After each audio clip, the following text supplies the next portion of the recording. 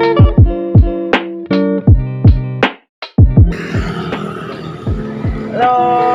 selamat pagi teman-teman. Sekarang kita kelompok 5 berada di Gereja Katolik Santo Willibrordus Sepuh. Dan sekarang kita akan meneliti bagian-bagian apa saja yang ada di dalam Gereja Katolik ini. Dan kita akan mewawancarai salah satu romo yang ada di gereja ini. Perkenalkan, nama saya Albertus Agasya Kurnianto, absen 3. Saya Adimas Sekin Kenatua, absen 1. Saya LCD Putri Jovi absen 13. Saya Latifah Rama dari absen 20. Saya Ramalia Putri dari nomor absen 28. Oke. Ya, halo teman-teman. Pagi ini saya sudah berada di Gereja Katolik Santo Willibrordus Sepuh dan sekarang saya akan mewawancarai salah satu romo yang ada di gereja ini. Mungkin untuk Romo Jufri bisa memperkenalkan diri. Ya. Selamat pagi Romo, berkah dalam. Ya, berkah dalam. Nama saya Romo Juventus Devi Gawa, biasa dipanggil Romo Juve. Saya berasal dari Surabaya, terus bertugas di sini per Juli kemarin, dan saya sebagai pastor atau romo. Ya, mungkin saya boleh bertanya sedikit tentang gereja ini, mengenai gereja ini, informasi ini. Gereja Katolik Santo Willibrordus Sepuh ini kira-kira luasnya berapa hektar ya, Romo? Kurang lebih hanya gereja aja, lingkup wilayah gereja sampai ke belakang itu 4 hektar kurang lebih. Ya, itu enggak sama sekolah. 4 hektar ya, Romo? Punya gereja aja, kurang lebih. Oh. Karena belum dihitung lagi, belum lihat lagi. Berarti di samping gereja ini ada kayak sekolah gitu ya? Ada sekolah ini dulu adalah karya pendidikan untuk membantu masyarakat sekitar. Yang dulu memang waktu tahun-tahun 50-60 kan sekolah sedikit di sini, maka waktu itu romo-romo membangun sekolah untuk mencerdaskan masyarakat sekitar, untuk memberikan pendidikan lah, membantu supaya SDM-nya lebih berkembang. Oh baik, berarti di sini tuh kayak yayasan ya, Romo ya? Yayasan Yayasan dari apa? Surabaya, Yohanes Gabriel. Yayasan namanya. Yohanes Gabriel, ya. Dan gereja Katolik ini tanggal berapa ya, Romo? Dibangun dan juga diresmikan itu tanggal berapa? Dan oleh siapa? Kalau gereja ini awalnya sudah ada itu sejak tahun 1912. Oh. Karena waktu itu Romo Belanda, Romo Jansen SY itu sudah di sini, tapi gedung gerejanya belum ada. Gedung gereja masih di rumah-rumah.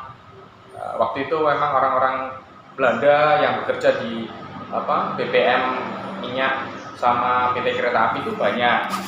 Terus ada yang pribumi juga tahun 1912 itu. Kemudian setelah itu berjalannya waktu, mulailah akhirnya ada sumbangan dari perusahaan minyak BPM itu, dan sekaligus mengutus insinyur teknik sipilnya yaitu C. Moy namanya itu untuk membangun gedung gereja sama gedung SOOS. Oh iya. Jadi barengan tahun 1930. Kemudian akhirnya diberkati, sudah jadi tahun tanggal 20 Mei 1930 itu diberkati gedungnya ini. Sudah ada, didirikan bersamaan dengan gedung SOOS itu, dan diberkati oleh Romo Van Melsen SY dari Belanda. Itu Romo itu adalah vikaris apostolik Batavia. Waktu itu masih berpusat kayak pimpinan gereja lah istilahnya, kalau istilah awam pimpinan gereja yang memang dulunya memang berpusatnya di Batavia yaitu Jakarta. Jadi dia langsung yang berkati itu tahun 20 Mei 1930. Ya. Ada fotonya masih. Oh iya. Masih ada. Nanti boleh dilihat ya, Romo? Boleh. Dan saya dengar ya, dulu itu gereja ini awal dibangun itu cuma ada satu bangunan aja ya? Satu bangunan yang di tengah. Yang tambahan kanan kiri itu untuk memperluas, itu tahun kira-kira tahun 60-an lah. Tahun 60-an. Iya. Oh iya. Maka yang asli itu yang tengah itu, yang masih sekarang ke kiri itu yang benar-benar asli itu yang masuk cagar budaya masih bisa dicek, itu yang tengah. Yang tengah ya. Oke. Lalu gereja ini tuh memiliki keunikan ya, mungkin ya. Harusnya ada memiliki keunikan ya. Nah, keunikannya itu apa saja, Romo? Keunikannya memang bangunan ini bangunan lama, bangunan kuno. sejak waktu itu zaman ya tahun 1912 sih. Prosesnya sampai 1930 baru berdiri.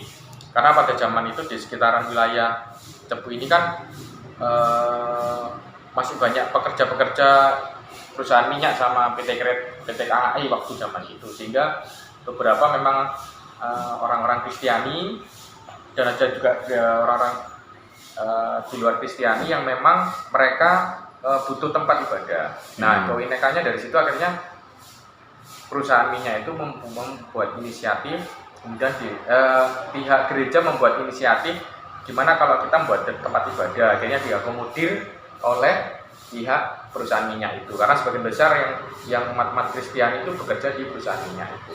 Makanya akhirnya diberi sumbangan tanah sama disuruh diutus insinyur Cimo itu teknik sipil untuk membangun, diserai tanggung jawab untuk membangun ini bersamaan dengan gedung SOS. Oke. Gereja ini kan merupakan paroki ya Romo. Nah, harusnya di bawah paroki ini harusnya ada stasi ya. Ada. Nah, itu stasi mana aja Romo kira-kira? Stasinya ada kurang lebih 9 yang sekarang masih ada, karena umatnya kan sepuh-sepuh. Sekarang yang tersisa dulu 11 lah. Sekarang jadi 9 karena beberapa sudah sepuh, kemudian sudah pindah tempat. Nah, di situ didirikan karena memang ada beberapa umat Katolik yang tersebar di berbagai daerah di sekitaran wilayah Kabupaten Blora. Khususnya yang wilayah Kabupaten Blora. Yeah. Kalau yang wilayah Kabupaten Bojonegoro hanya satu daerah aja yang di Padangan situ yang umat yang masih banyak.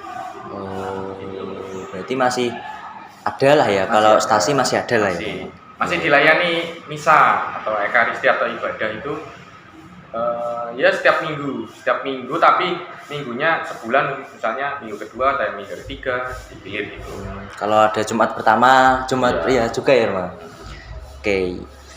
Lalu gereja ini tuh pelindungnya siapa ya Romo? Pelindungnya itu Santo Willibrordus, pakai BROR. Ya, bukan Brodus tapi Brodus.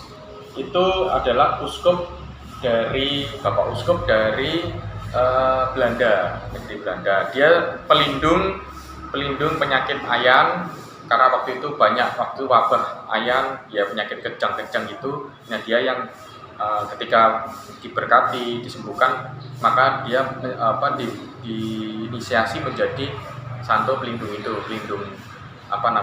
penderita penyakit ayan. Kemudian juga dia pelindung di kota Luxembourg, Belanda. Oh iya. Itu memang Uskup Willibrordus ini, Santo Willibrordus ini zaman itu mengusir kelompok-kelompok pagan yang menyembah klinik-klinik gitu waktu zaman itu. Makanya di kota Luxembourg itu Santo Willibrordus ini sungguh-sungguh menjadi pelindungnya kota mereka. Ya, karena kalau doa dengan Santo Willibrordus, ya semua pagan-pagan klinik-klinik itu tidak ada. Itu dari sejarahnya di sini. Gereja ini kan punya lonceng ya Romo ya, punya lonceng. Nah, itu kan biasanya dibunyikan. Nah, dibunyikannya pas waktu apa saja? Pas waktu misa besar atau misa biasa itu pas apa saja Romo? Di gereja Katolik itu yang khas memang ada loncengnya. Dan apalagi kalau gereja yang tua seperti di Santo Willibrordus Cepu ini, gereja Katolik ini, loncengnya ini tahun 1819. Jadi masih tebal dan memang asli dari Belanda. Makanya ini ikonnya sini salah satunya. Dan lonceng ini kalau di gereja Katolik berfungsi sebagai penanda, pengingat. Ya kalau misalkan kalau mau sembahyang maghrib, ya zuhur, isya, itu kan ada jam-jamnya toh. Yeah. Nah, kalau di gereja Katolik lonceng ini untuk doa angelus, namanya doa malaikat Tuhan. Jam 6 pagi, jam 12 siang, jam 6 sore. Sama dipakai fungsinya juga untuk memulai ibadah atau ibadah ekaristi itu, memulai misa. Itu toh fungsinya itu. Jadi pengingat, penanda. Karena kalau membunyikan lonceng itu sebagai bentuk doa yang nantinya terdengar sampai langit. Makanya lonceng itu kan frekuensinya, getarannya kan tinggi. Makanya harapannya memang sejak zaman purba dulu, zaman kuno, lonceng ini menjadi penanda. Makanya kalau dulu perang-perang Romawi apa-apa kan pakai simbol-simbol. Oh, Pakai api, nyalakan antar pojok-pojok kalau lihat-lihat film-film itu. Oh iya betul. Lonceng itu juga gitu, jadi pensimbol. Kayak sirine. Oh, kayak sirine. Penanda. Kalau saya dengar ya pas kayak misa Natal terus misa Paskah gitu kayak dibunyikan ya Romo. Ya, itu waktu kemuliaan. Waktu kemuliaan. Karena sangat agung dan waktu itu memang sakral. Perayaan khusus, perayaan hari raya. Oke. Mungkin Romo bisa menjelaskan sedikit saja sejarah gereja ini serta pelindungnya. Dijelaskan lagi sedikit rincinya. Ya sejarah gereja ini memang sesuai dengan kebutuhan. Waktu itu memang banyak umat Katolik yang bekerja itu nanti di perusahaan minyak sama PT KAI, kereta api itu. Dan sebagian besar waktu itu memang banyak orang-orang asing ya, banyak orang asing yang beragama Katolik, maka akhirnya dibutuhkan tempat ibadah. Nah, di sini itu dulu stasinya. Stasi itu istilahnya kayak apa ya? Musola kali ya. Iya, Gereja musola. kecil, Gereja masih kecil. kecil gitu. Karena yang pusatnya ada di Gedangan Semarang, punyanya Semarang sebenarnya. Jadi Romo yang dari Gedangan Semarang Santo Yusuf itu ke sini. Nah itu naik dokar waktu zaman itu tahun 1912 itu. Nah maka dari itu akhirnya Romo-Romo yang di sana dari Semarang itu ke sini melayani itu. Kok semakin bertambah, sekitar umat waktu itu 1.200, tambah lagi 1.500, 1.600, akhirnya ya sudah dibuatkan gereja. Terus dibantu oleh perusahaan minyak itu, maka jadilah ini diberkati gedungnya tanggal 20 Mei 1930. Oke. Jadi usianya sekarang kurang lebih 91. 91. Udah lama ya Romo ternyata. Lumayan lama. Sebentar lagi 100 nih. Oke, baik, itu saja penjelasan dari Romo Juve ya sedikit mengenai informasi tentang Gereja Katolik Santo Willibrordus Cepu ini. Nah, sekarang Romo Juve bersedia untuk mengajak kami untuk berjalan-jalan melihat-lihat Boleh. sekitar gereja ini. Iya. Ya, mari ya.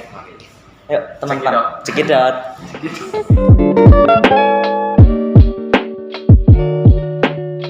Tahun terus diberikan hadiah patung sama ditulis prasasti supaya untuk pengingat ketika nanti ya anak-anak generasi penerus umat di gereja ini tuh tahu kalau misalnya gereja ini adalah gereja yang masuk dalam cagar budaya karena dibangun sejak 1930 itu. Tengah masih sesuai sejak tahun itu 1930. Ya, kalau yang sebelah situ ini tahun-tahun 60-an lah 70-an kurang lebih. Ini tempatnya tidurnya Romo-Romo. Jadi Romo-Romo kan nggak nikah. Jadi ya wes hidup di sini cuma 3 tahun ganti pindah-pindah gitu.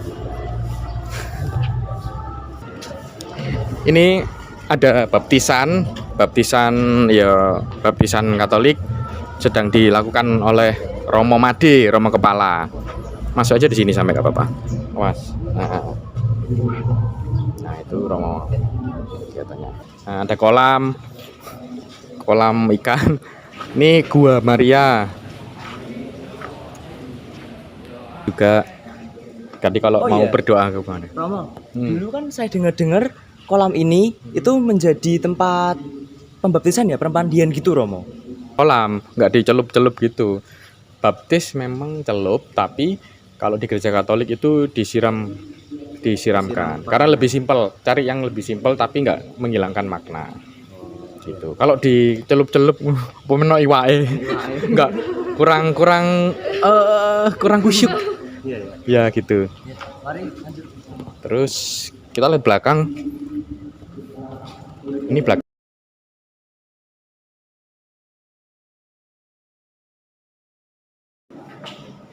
Ini namanya sakristi. Sakristi itu tempat persiapan untuk romo-romo berganti kayak pakaiannya. Kalau ini yang untuk misdinar putra altar. Jadi area sini belakang.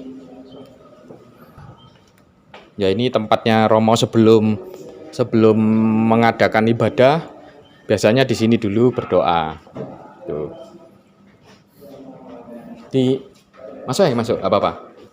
Ini kostum-kostumnya. Kenapa Romo-romo dulu, romo-romo gereja Katolik Roma ya ini ya, pakai baju-baju ini namanya kasula.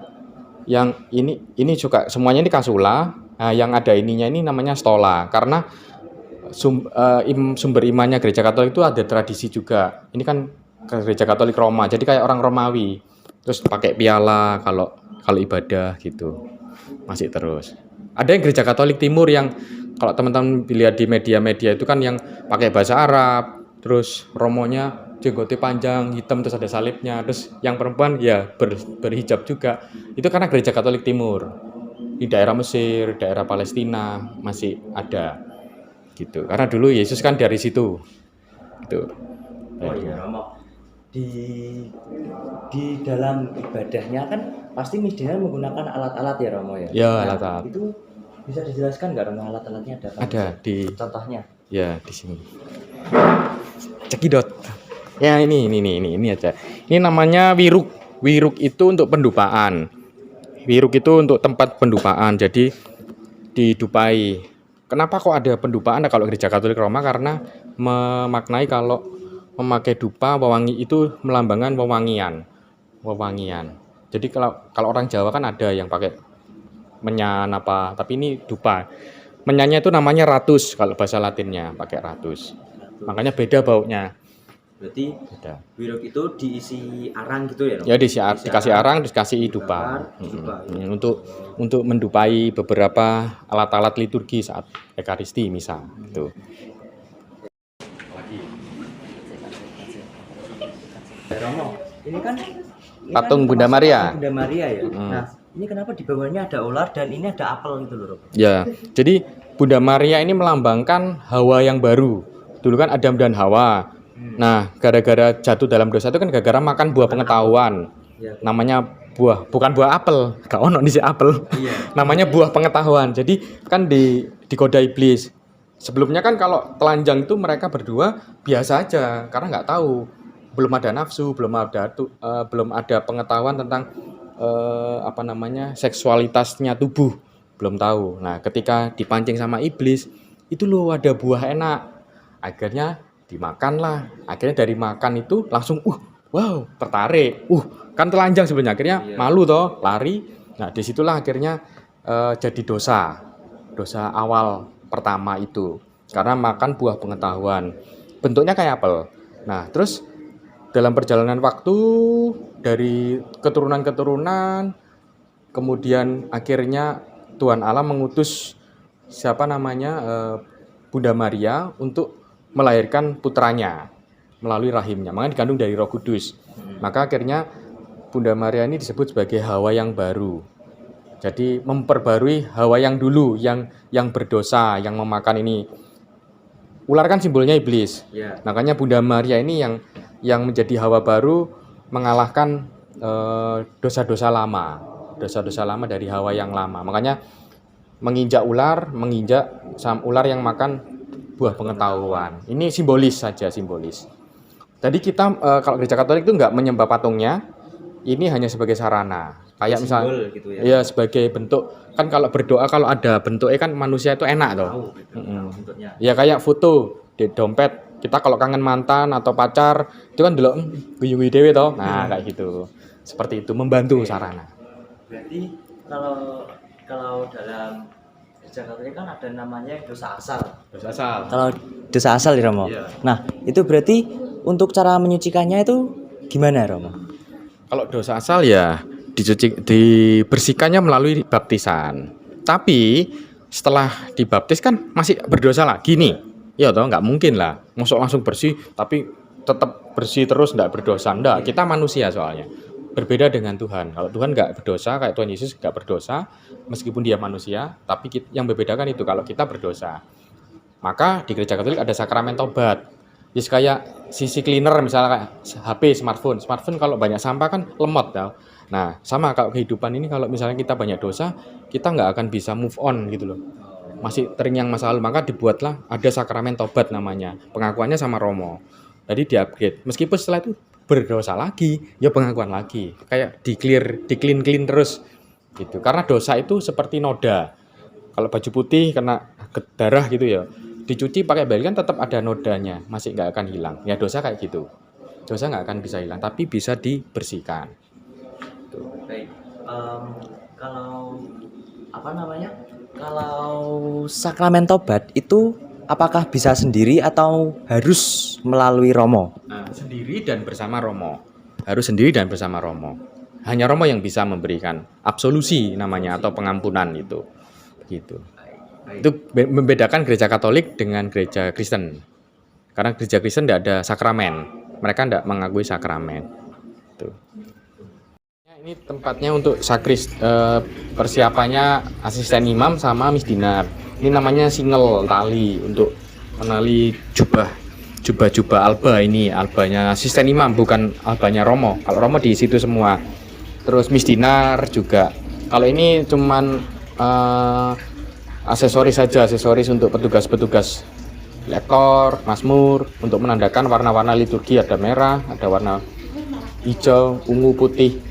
Oke, baik. Terima kasih untuk Romo Juve sudah sama-sama. bersedia Sip. untuk menjelaskan apa sih yang ada di Gereja Katolik ini dan bersedia untuk menjelaskan bagian-bagian lalu sejarah dan juga menjelaskan apa itu sakristi, lalu alat-alat liturgi. Baik, sekali lagi terima kasih Romo. Ya, saya juga terima kasih sudah berkunjung teman-teman SMA 1 ya? Ya, Ya, betul SMA 1, sekali. SMA Negeri 1 Cepu. Sip. Baik, cukup sekian. Akhir kata, saya ucapkan terima kasih, berkah dalam.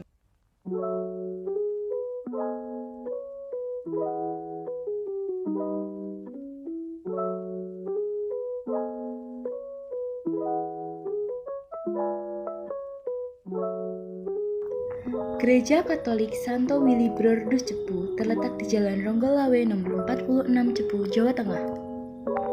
Gereja ini juga termasuk salah satu cagar budaya yang terletak di Cepu dan sudah berusia 91 tahun.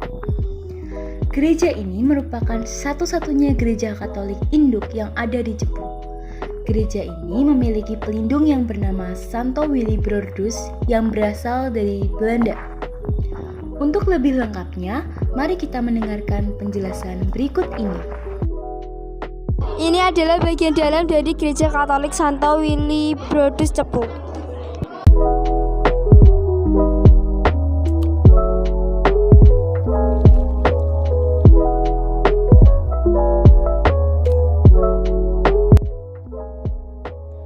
Ini dinamakan altar atau panti imam, yang biasanya romo, asisten imam, pembawa liturgi dan misdinar melakukan tugasnya saat ibadah berlangsung.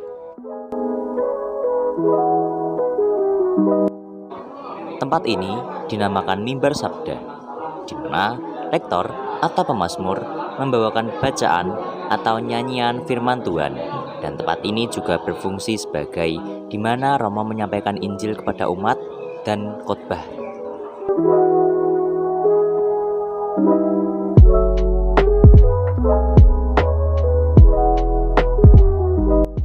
Ini adalah kamar pengakuan di mana tempat ini berfungsi sebagai tempat pengampunan dosa yang biasanya setahun dilakukan 2 kali saat masa Advent dan Prapaskah.